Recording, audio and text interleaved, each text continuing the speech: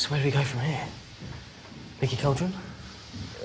We're sort of just sitting there minding our own business when two guys who look like builders, or so they're sort of wearing overalls and stuff, walk in, and they go to the cafe and start. We think they're ordering coffee, but no, wait, a completely ulterior motive becomes very quickly apparent.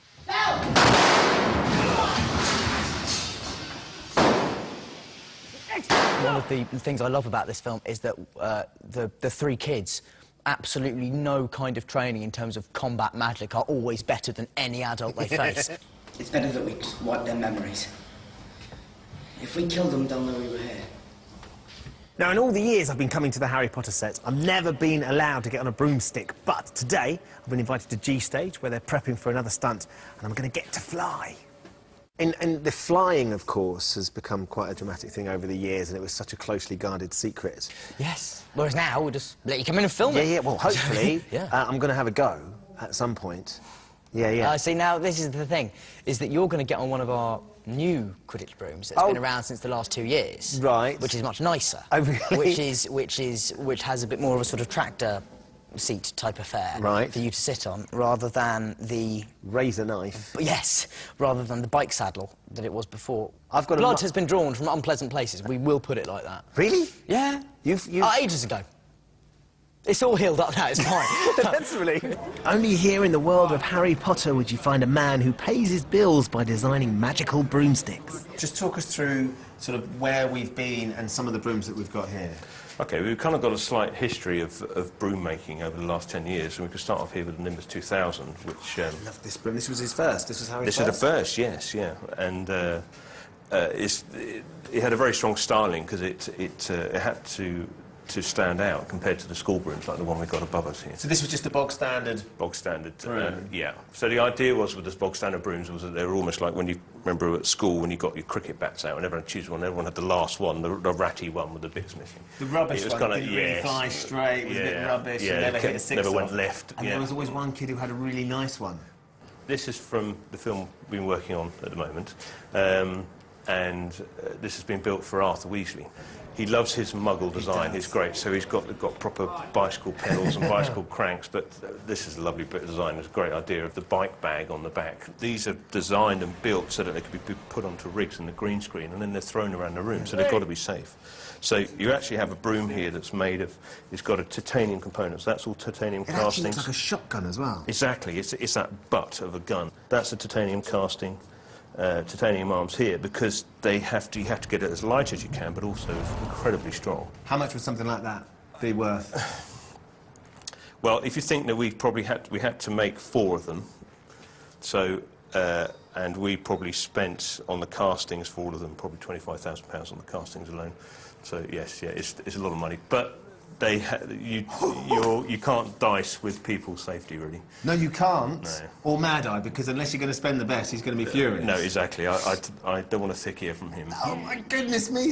I didn't think it was going to be anywhere near that. So we're talking over £100,000 just for the brooms that you've used for him, for all the castings and everything, and... Yeah, and all the work, I'd say, for all the Moody brooms, because there are multiples, yeah, there's probably around that. Now, titanium is used to build jet engines, missiles and spacecraft, as well as Harry Potter brooms. So it might be quite high up there, but at least I know I'm safe. So now I've got to get my leg over there. Yep. Go with your left leg. That's it. Oh, my goodness! Oh, that's better. You're right, it's not comfortable, is it? No, that's all. OK, is that better? Yep, nice and tight. I'm strapped in. Nigel, let's go live on the rig. That wasn't me. Is it groaning under my weight? Is that the issue? Wow! Over the years, the team have made around 100 brooms in at least 20 different designs. There have been different broomsticks for different characters. Technology has changed, and of course the children who flew them in the early films are now taller and heavier adults. Oh, I feel like I'm getting into this now. Oh, hello. Oh, getting a bit more excited. Oh, hello. Dan's right. It isn't comfortable, but it is great fun. What I need now, though, is a bit of scenery. That's more like it. Right! I'm off home the quick way! But I'll be back after the break when we find out what happens when tensions start to rise between Harry, Ron and Hermione. Stop! Stop! Let go! Emma gives the boys a run for their money. And we find out who did this to Harry. They didn't tell me how to stop.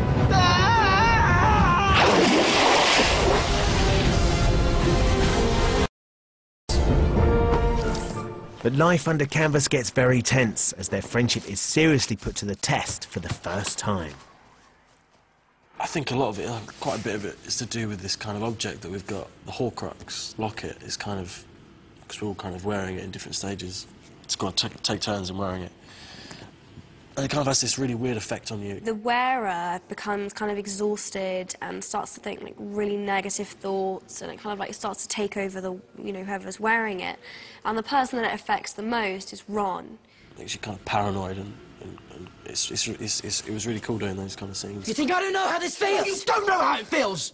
Your parents are dead! You have no family! He's really insecure about how close Hermione and Harry are because he's in love with Hermione, and that's stressing him out, and he's hungry, he's not been away from, you know, he's used to being taken care of, and, you know, they're alone and they don't know what they're doing. And James Killick. And Ron is constantly listening to the radio, trying to find out, you know, for news of his family, and hears the death toll of more and more people, muggles and wizards alike, who are being killed as a result of the dark forces that are increasing in power, drives him to the point where that tension eventually overflows. Stop! Stop! Finally, go! Go then! Now, this wasn't something that was in the book, but I think Joe will love it, which is Ron leaves and they're both devastated, but particularly Hermione. She's decided to stay with Harry, and she misses the, you know, she loves Ron too, and just like he loves her, though they found it very difficult to express that. Me and Hermione just sort of start dancing to this song, and it's a slow song together,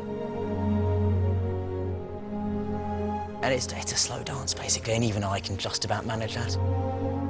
It is a very lovely and tender scene, and it's one of those moments between Harry and Hermione. In fact, it is the only moment between Harry and Hermione where you go, are they about to do something they might... No, OK, no, it's fine, they're not. If I may, I understand that you're dyspraxic. Yes, in some way. yes, mildly. Mildly. Just, can you explain sort of how that manifests itself and what the implication, therefore, is that in terms of stunts and so on? I mean, if anything, the stunts and stuff has actually helped a lot because it deals with coordination, and that's the main thing that I say about dyspraxia, is that it's to do with coordination. I mean, it's, you know, some people have it very, very badly and find it hard to, you know, catch a ball and hand-eye coordinated stuff. I've never had it quite that badly, although you should see me throw. But it's also a processing thing, so I take in information slightly slower than everybody else does. Through doing training and through doing bits of gymnastics when I was younger on Potter, that has absolutely stood me in very good stead and has made all the dyspraxia stuff kind of decrease a lot. This training was put to good use during a terrifying chase through the forest, where Dan and Emma and Rupert surprised everyone. Oh, but don't miss out the chase. The chase is awesome. So talk us through the chase. The chase is great before we get captured. Oh, so cool. So we went to this amazing forest, and they had this camera set up that I've never seen before, which is that it kind of like runs on a wire. So it's like kind of like a remote control camera. It's kind of incredible. And it meant that it could go unbelievably fast. So usually when we do the running scenes, there's like a poor cameraman like desperately trying to like sweating, like, trying to keep up with us, and we're kind of like having to slow it down a little bit. But with this camera was so bloody fast. Dan and I and Rupert were killing ourselves. I mean, killing ourselves. I've never run so hard in my entire life. In this scene, as the film builds to its climax, Harry, Ron and Hermione are literally running for their lives from Voldemort's bounty hunters, the Snatchers. I go to take one, I go, OK, action. And they go, and I think, whoa! And they're really trying to, and they run like maniacs, and we've got quad bikes and trying to keep up with them. And it's because they are trying to outcompete each other. Dan wants to run faster than Emma, Emma wants to run faster than Dan, and Rupert just wants to be anywhere to try and keep up with the pair of them. To be honest, they never really tell us that we're going to do stuff like this. We arrive on set and they're like, right, we're going to, you know, go. And you're just like, okay, and you just start running, really. Yeah. It's mad. There's a few obstacles as well we have to... Yeah, there's quite, because they've had to, they've taken lots of the tree stumps out, so There's sort of loads of stumps around this level, like perfect tripping over height. Their run has been carefully planned, tree stumps included, by stunt coordinator Greg Powell.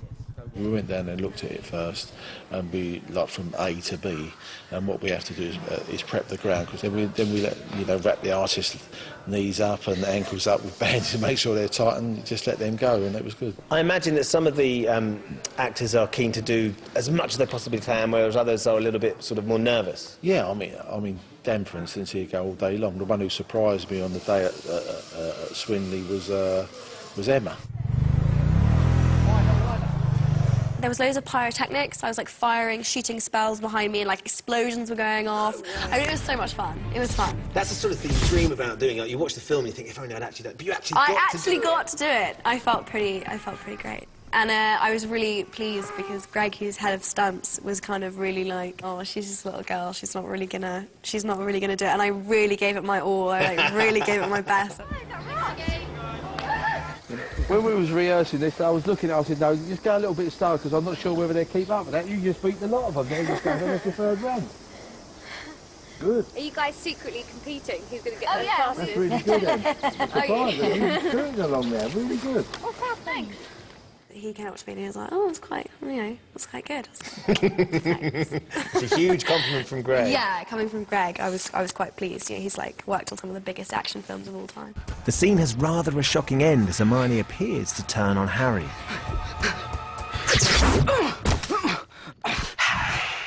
We are brought, actually, to Malfoy Manor by the Snatchers because they think they might have found Harry Potter. But they're not sure because Hermione has put this stinging jinx on me, which makes this kind of half of my face swell up to about 4 times its natural size. What happened to you, ugly? No, not you. But it's pretty much his eye, and everything else is a kind of weird... Like it's melted or... Yeah, it's really uncomfortable to look at, actually. Yeah, it looks like it... Melted is the best. I haven't even thought of that word, but that's the one. It looks like it's sort of drooping off his face a bit. The audience has to believe that the Malfoys won't recognise him, so it has to be enough of a disguise that you buy into the fact he is disguised. However, you mustn't lose Dan. You know, it mustn't be completely hidden because you want your audience to still feel empathetic with the fact it's him. The worst part of it is putting it on in the mornings, which is like from 6 o'clock till 9 o'clock in the morning, all you can sort of smell and feel is glue. I think he really loved it to begin with, because it was like being a different person. So when you first saw Dan in it, he kind of sauntered around, and Dan just loved not quite being Harry, being someone else. What's your name? Dudley. The piece itself moves very softly and with very little resistance, so that all the muscle movements, you know, all the performance that's going on behind comes through. If you think of the prosthetic as a skin we're creating, and you think of the actor's face as a piece of machinery underneath that moves in certain ways, we mustn't dilute that movement because we're filtering the performance. That's not very sort of leading man-esque, is it, to disfigure you quite so dramatically? Work for John Hurt, Alpha Man. Don't touch her! Your boyfriend will get much worse than that if he doesn't learn to behave himself. So that's where we're going to have to leave it. But, to be honest, with the body count rising like it is, we probably all need a bit of a breather. I guess this is the middle of the end. I can't tell you any more about the film, but I can tell you there is a cracking cliffhanger. So, enjoy it, and I'll see you next summer for the final chapter.